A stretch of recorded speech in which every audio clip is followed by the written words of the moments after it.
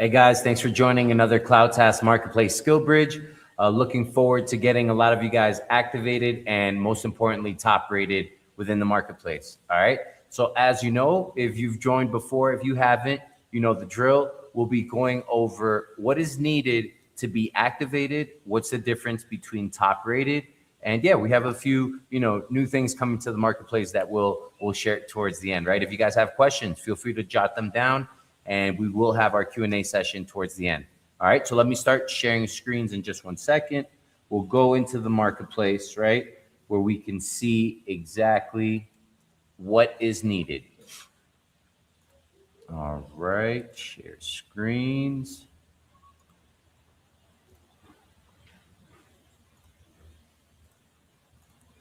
All right, awesome. So straight here in the marketplace, we'll go over to, candidates, right? We'll check out, let me zoom in a bit.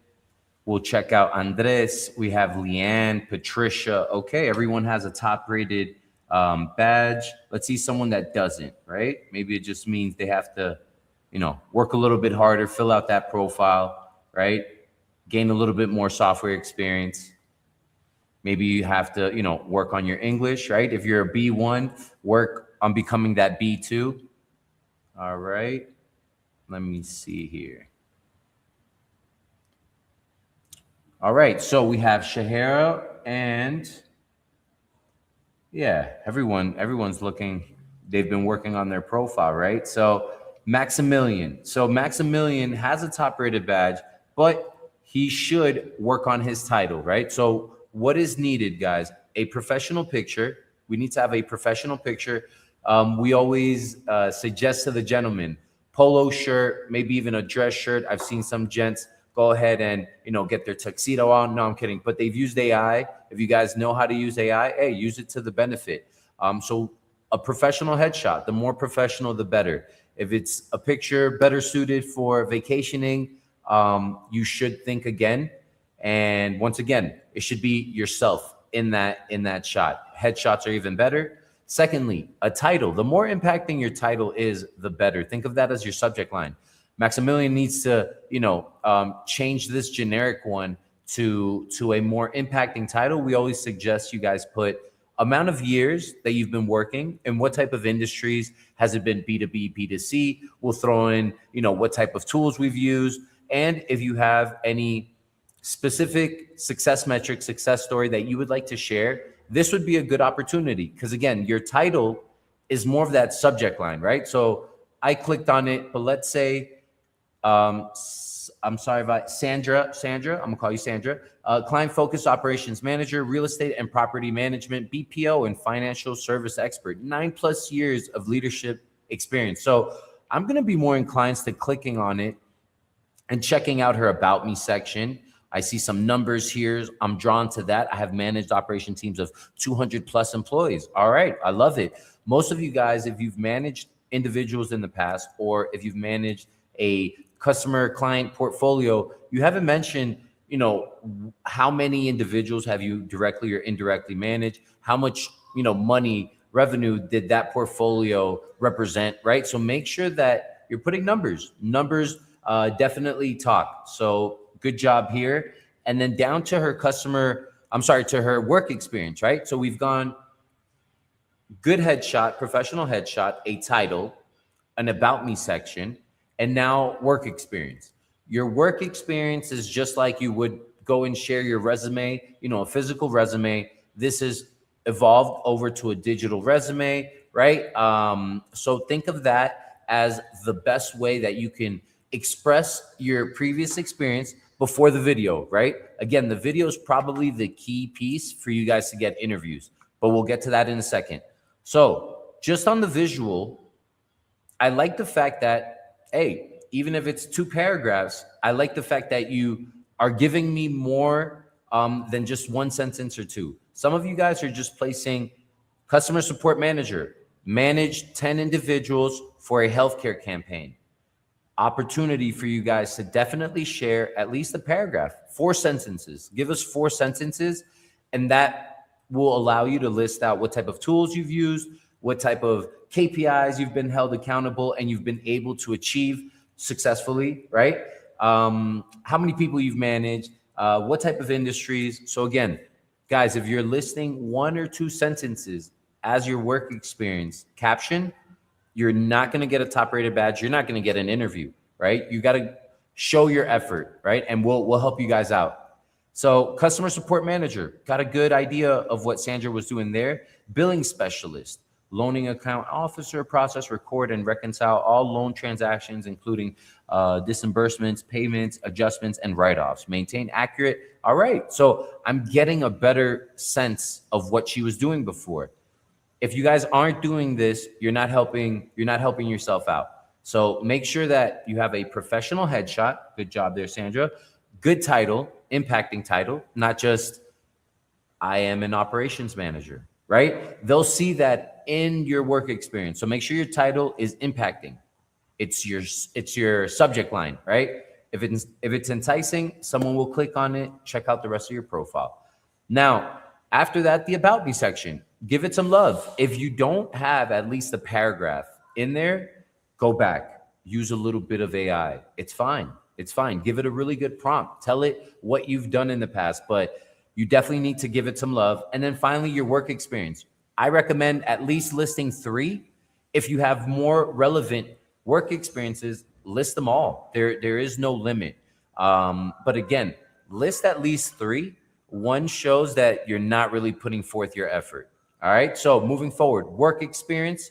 Now, most importantly, your video, right? So your video, guys, is the make or break it.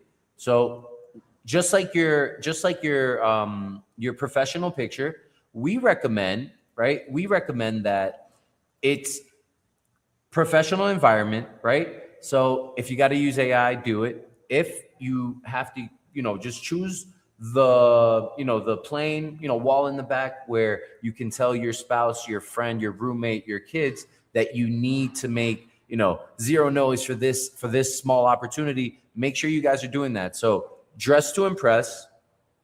Make sure that the environment you're taking the video from is yelling that you guys have a remote environment. You're going to represent this company, if they choose you, in a very professional way.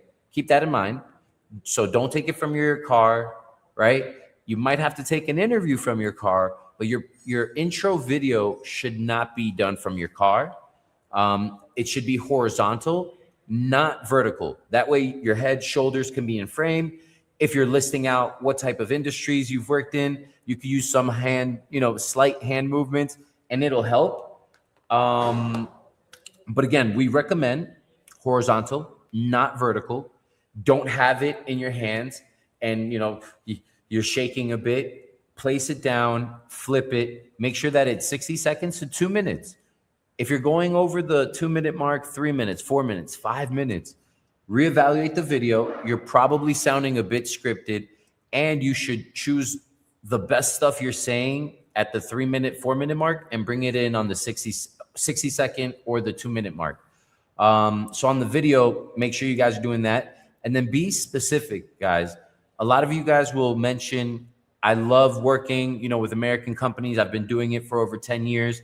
Many, many different industries, many, many different tools. I've served XYZ, right? I've been able to achieve great success, but I don't mention that great success. I don't mention the industries. I don't mention, what type of campaigns I've run. So make sure you guys are being specific. The video is literally what will get you through the door. All we're going to do is we're going to promote it. We're going to push it, through our channels, share it with the company, say, hey, look, this person looks like a great match. But again, if you guys aren't putting forth that effort to earn that top rated badge, we can't, we can't help you out. So that was on activation, but I've been leaning towards what do you need to be top rated? So to be top rated, you need to be specific in your title. You need to make sure you're not putting 1 sentence. Same thing in your About Me section. Same thing in your work experience. You guys are putting forth the effort, right? That's 1. And then again, it does come down to English level. So if you have a B2, advanced, C1 or C2, right? You will be obtaining that top rated badge, top rated plus. Top rated plus are those of you that have a C1 and above, right? So if you have under a B1 or B1 or under, then that means that we need to improve our English skills, maybe the fluency. We have to practice a bit more every day. Make sure you guys, don't mention on your videos, hey, looking forward to working with an American company so I can improve my English. You don't want to look like a student, right? What's making you guys jump on these interviews is when you're able to come across as a consultant. Maybe some of these companies haven't hired remote talent in the past. And if you've been in a remote seat in the past, right, you're going to be able to, shine some light on certain things, let it be strategy, campaigns, tools itself, right? What you've been able to achieve in the past. So with that being said, the video is very important, guys. Don't just take the first video. You should have a rough draft, second rough draft, maybe a third, right? And look at that final copy. Maybe some of you might be able to get it done on that first one, but make sure you're checking out the video and you're asking yourself, would I hire myself? Would I get on an interview with myself and then go and check out 5 or 7 top rated individuals in the marketplace? And you be the one to decide, right? So that is what's needed in order to be a top rated and then a top rated plus. Like I said, C1, C2 English level. Now the bar is a little bit higher as far as your English level goes. And again, this is just because of what the hiring companies are requiring, right? Finally, I would also say, make sure that your rate, you guys are thinking you're being competitive, right? So I always recommend have a range, right? Have a range unless you're literally closed on just a specific amount. But the reason I say this is because you don't want to close the opportunity or self-sabotage yourself, from a company that might be very strict and firm and say, hey, this person's outside my range. I'm not even going to entertain a conversation. I'm not even going to go down that path, right? So what if that company, has a great commission structure where you could potentially earn anywhere from $1,000 to $3,000, on top of your base? So don't close out the opportunity. I highly recommend you guys place a range, right? Hey, this is my lowest amount and this is my realistic highest amount. All right. So make sure you guys are placing a range. I know Sandra, she placed 2,353 to 3,529. Awesome. The system is already keeping into consideration the marketplace fee, right? So that's that 15%. So as you guys go into your profile, you'll be able to see that it says your net. Once you put your net, the system takes that into account. Last recommendation about the monthly base, guys. Don't go 2K and above, right? So if you put, I'm looking for, my my monthly rate is from 1,000 up to 5,000. That's basically saying, hey, I'm looking, to get anything to, sky's the limit, right? So be realistic. It should be based on the fact that you've had agent level roles, so SDR, CSR, and now, you're a manager, but now you're kind of also looking for a high paying SDR role, right? With that being said, recommendation, 1,000 to 3K should probably be the highest, gap would be a good recommendation. All right. So as you guys know, we'll go over a quick success story. This was an interview where typically, again, we give you guys recommendations on what you guys can expect on an interview, but you never know, right? You never know. So what we've mentioned in the past is be ready for someone to ask you, tell me a little bit about yourself, right? Have you done any research about my company? Do you know what we do, right? Sometimes it's flip-flopped around. And in this case, it is flip-flopped around where the hiring company is actually sharing a bit more about their product, their service, what you can expect with their company. So again, be prepared for those situations, but at the end of the day, you're not walking away from an interview without having some type of elevator pitch about yourself. So a quick intro, make sure you guys have it written down, you feel comfortable with it, but you're not sounding, completely scripted. So let's go, zoom out of here for a second. Let's go into this interview where Maria and Lee are going over a customer success / account executive role, right? She's meant to onboard new customers, but when there aren't any new customers to onboard, she is meant to act as an account executive, right? Showcasing what the product or what the software can potentially do, right? And convert those into customers. So let's check out the video. Let's make sure we can hear it. Nice to meet you. Thanks for joining and applying. All right, So, give me a second. I was very impressed with your experience. Give me one sec. Stop sharing and share once again.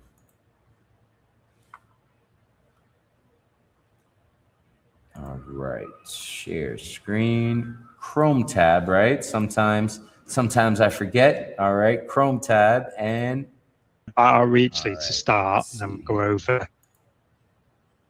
your experience. I'll ask you some questions.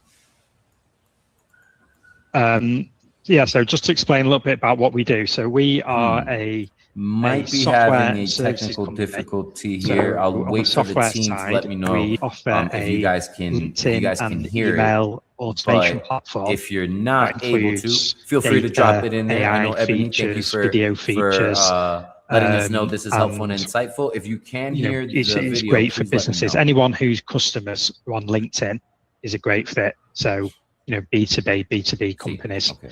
So our customers are global. So I would say about 60. So I'll tell you a little bit about our reach lead to start. And then stated in the past, make sure you guys are there early, right? If you guys are there before the hiring company, even better, right? If you haven't joined and you're a minute, 2 minutes, 3 minutes late, this is a huge red flag, right? This is your first impression. They're going to see that even in a remote work environment, you're still showing up late, right? So I know sometimes I might catch you off guard and say, hey, Maria, are you ready for an interview in 45 minutes, in an hour, right? And you might be outside, which is fine. And that'll happen, right? But 90% of the time, we give you guys a good amount of a time frame to be ready, to be in a good remote environment. So yeah, be prepared. Some companies are now getting you guys to share screens and show you guys a speed test, right? Oh, you're working from your house? Yes, I'm actually here. This is where I'm currently working from. Sure, let's do a speed test, right? So a lot of companies are starting to go above and beyond and seeing if you guys fit the bill. So make sure you guys are there early.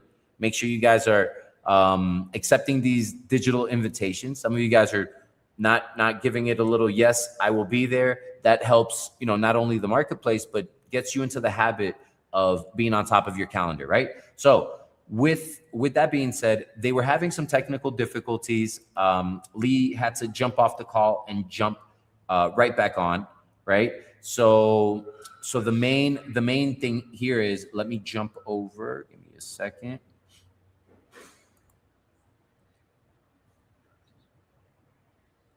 All right, cool. So we can go straight to Maria's introduction, because again, that's what typically 90% of the time will happen, right? So let me go right here. I've been doing more like account executive plus onboarding, since what I've been doing, for example, in my last experience, I had to close the deals. I was actually doing prospecting. I was booking the demo, I was closing the deal, and I was taking care of my own customers. So I was doing all roles together. Sounds like me.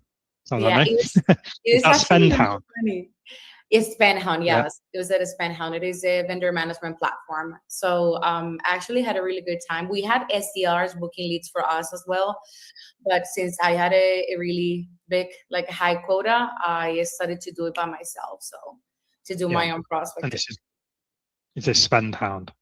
Yes, a SpendHound is a vendor management platform. Yeah. So vendor management, so you put all your suppliers on there and it works out the savings and things like that.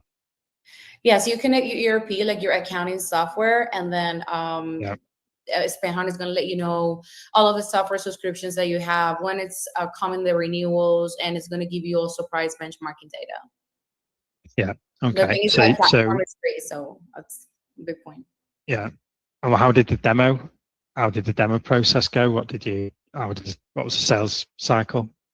Yes. So as soon as I got a demo from my SDR, or because I was able to book it myself, I had to jump on a demo, introduce myself, do a little pre-qualification to understand how they were tracking and managing software subscriptions, if they had any type of renewal reminder or anything.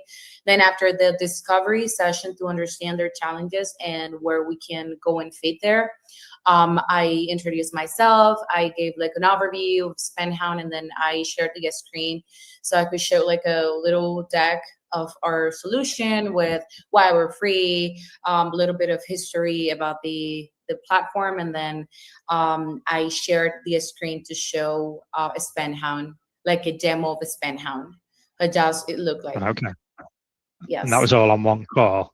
Yeah, I was in one call. Sometimes you could close in one call if it was the decision maker and it was the admin of the ERP.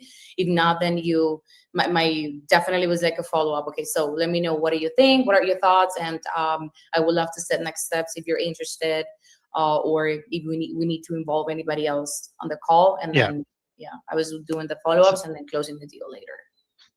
Okay. And so was that like a video call using Zoom or Google Meet or something like that? Yes, Zoom link all the time, like video calls all the time. Yeah. Okay. And then you mentioned you had a high target. What's the price point of this? All right, guys. So as you can see, Lee is, having his screen is exactly on each company that she's worked for in the past. He's asking specific questions, right?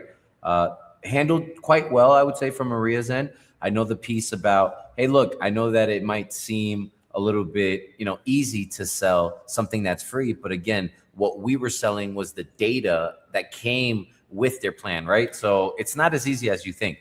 So those situations might be uncomfortable, right? Especially if you're being looked for a onboarding and account executive role. The question is, hey, how much have you been able to convert? How much money have you been able to generate for this organization? And it's initially it is a free plan, right? So coming back from that can be difficult.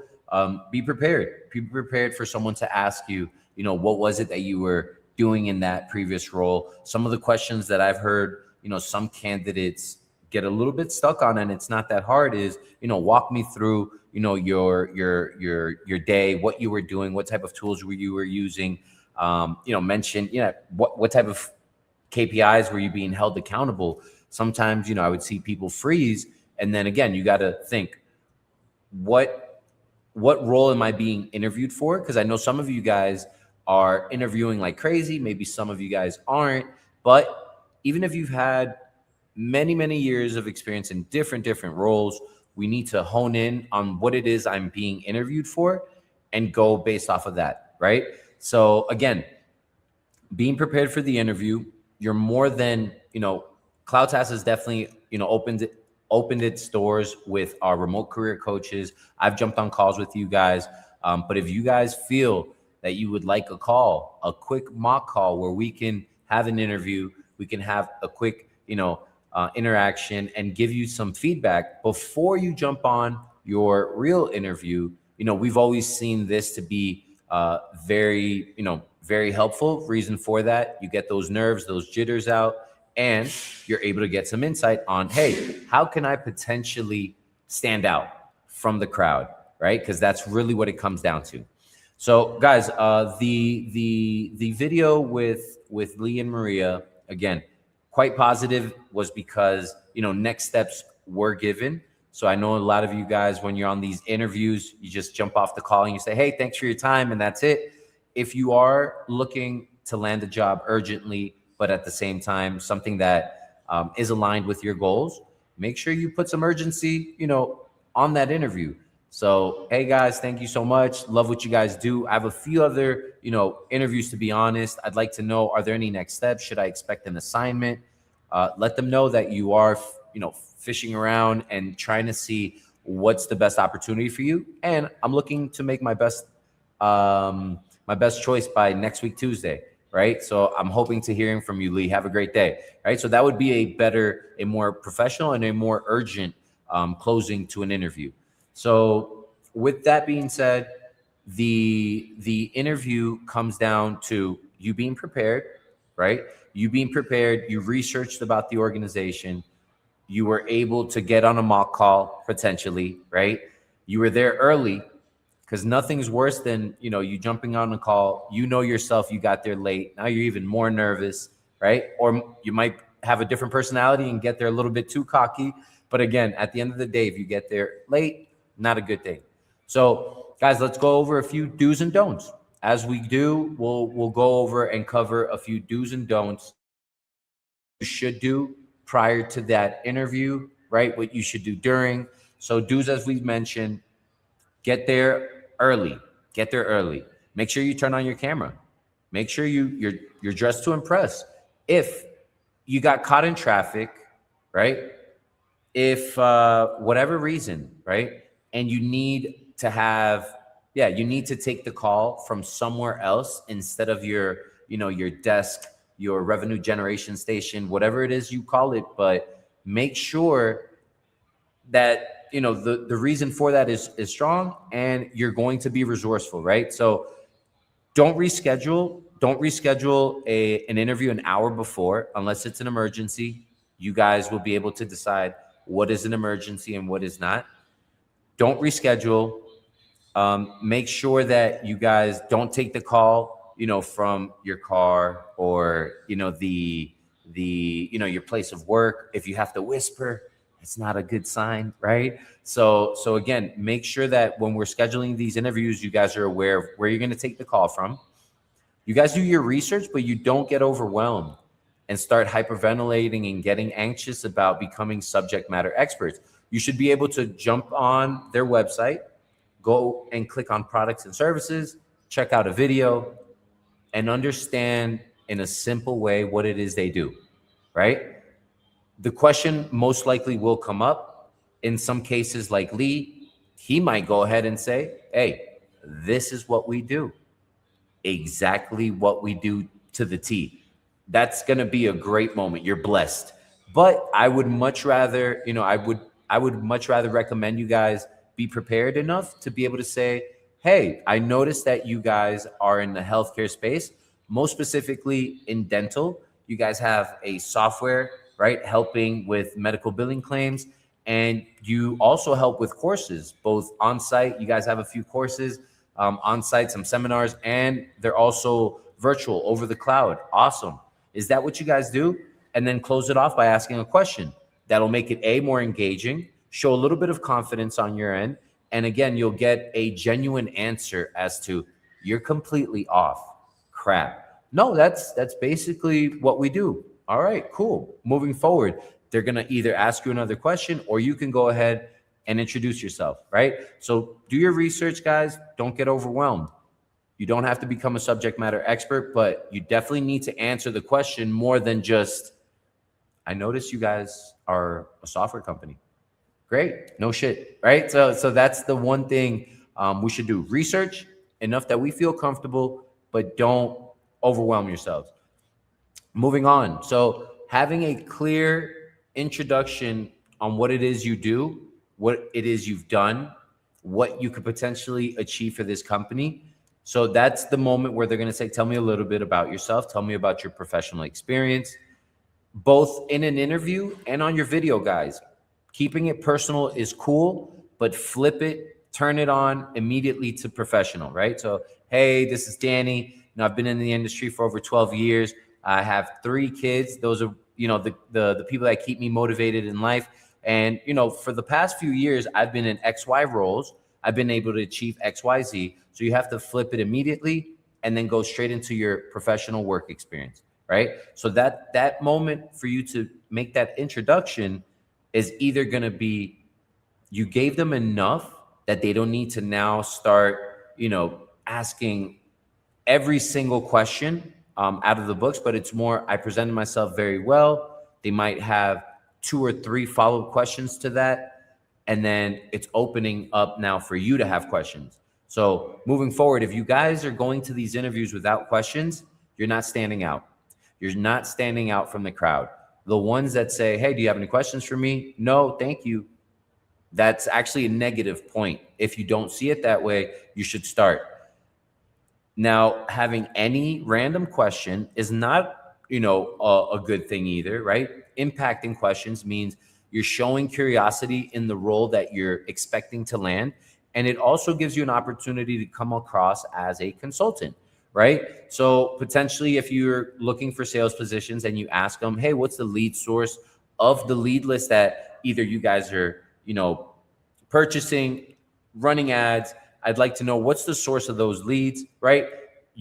That shows curiosity, shows that you've done this in the past, and that you're not just waiting for a lead list to be provided.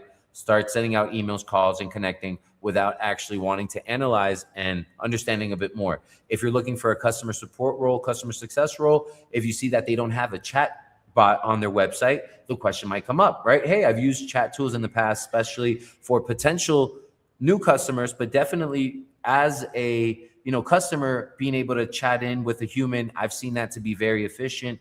Is there any reason why you guys don't have one on right now?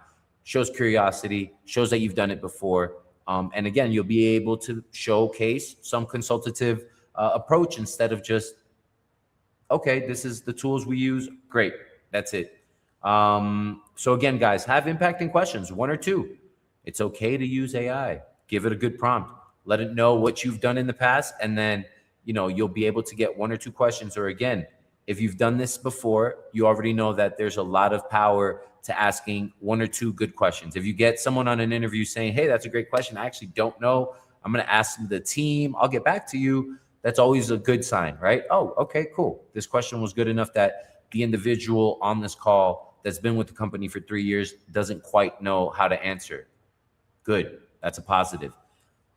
I think I mentioned it already. Create some urgency towards your profile, towards your ability to land another job in our marketplace, outside of our marketplace, right? So it's okay to be honest and let them know that you're shopping around, you're looking for your best, opportunity, and make sure you guys, are able to come across and state that.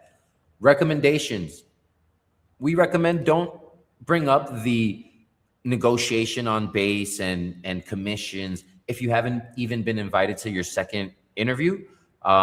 Use that moment that they give you the mic to ask an impacting questions instead of a specific, how much are we able to negotiate? I saw that on your job post. You guys are offering $2,000. Is there any way that, we can speak about $2,500, right? And when negotiating, guys, it should be more about your previous work experience, how you've been able to achieve X, Y, Z, and how you're able to bring that success to this new company, right? So your numbers should be what talks, is also a recommendation.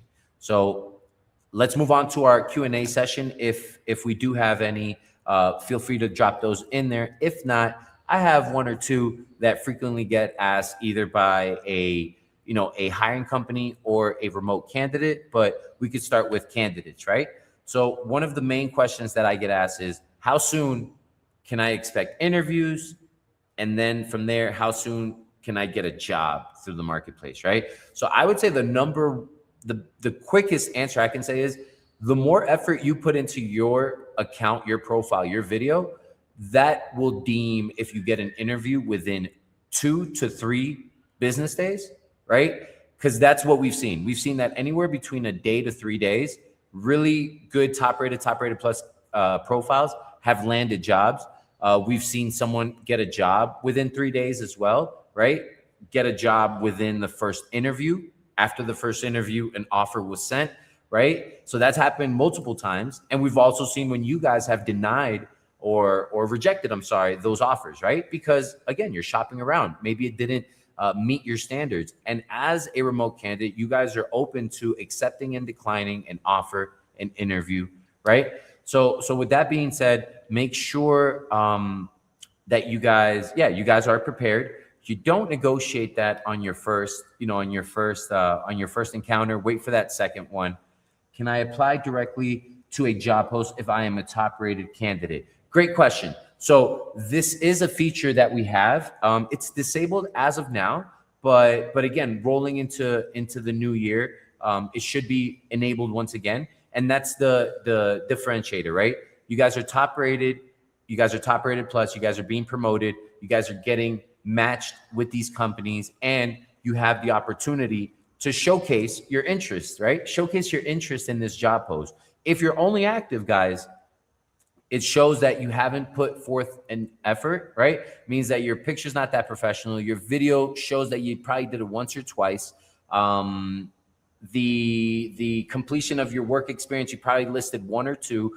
Your description probably was a 1 sentence or 2 sentence, and your title, which should be like your subject line, was used more like a role, right?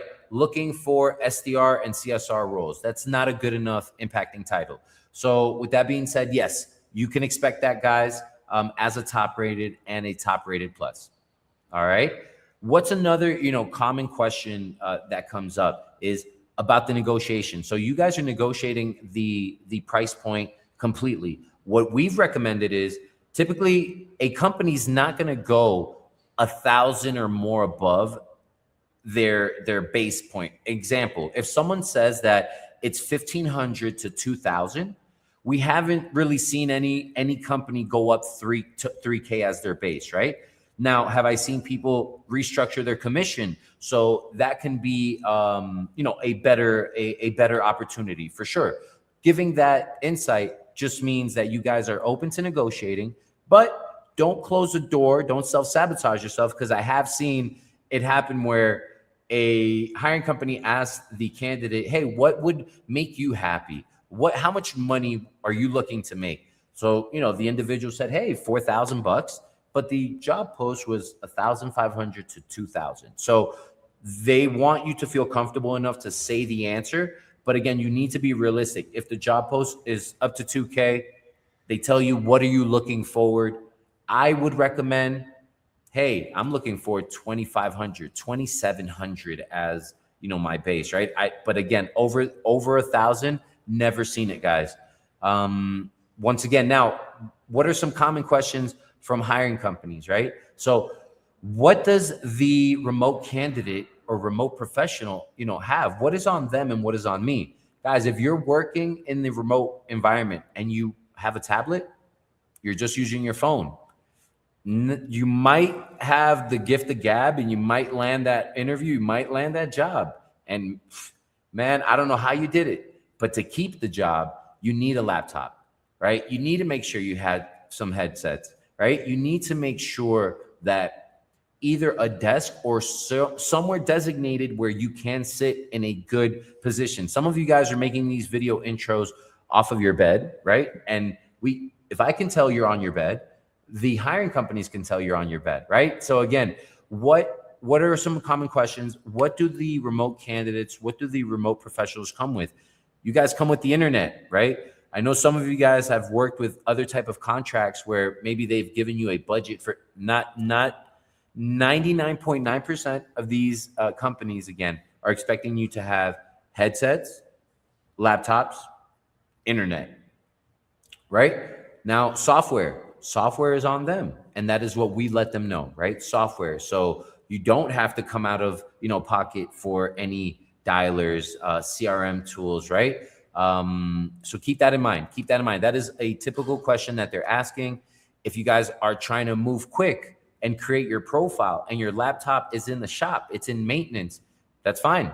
That is fine. Make sure that you guys create your profiles. But in order to keep a job, you need those things, all right? If I refer someone to the CloudTask Marketplace, how long does it take to get my referral money? Great question. So you guys refer someone, you guys refer 10 individuals, right? It's until they get a job, right? And it's within that 30-day cycle. So I land a job the 1st of December.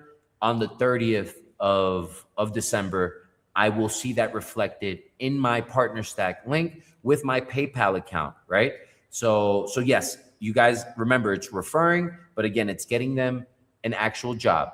And the biggest thing on with you guys, and great question there, is a lot of you guys might, be trying to get those first people in, but again, getting them signed up is one thing, getting them activated is another, and then getting them top rated. So my recommendation is send them over to our Skillbridge, right? So if you're referring people, send them over to our Skillbridges on Wednesday, send them over to the marketplace and let them know, hey, look, here's the remote candidate that, the remote career coach that helped me out. Here's David's number, here's Blue's number, here's Arturo's, Mateo's, right? So Carol, so make sure that you guys are sharing that as well, because getting them through the door and signing up is not enough for those $100. You would also need to make sure that, of course, they're eligible, right? Because if they haven't even been activated, they don't have that top rated badge, they're not really in the run. So make sure you guys are doing that as well. All right.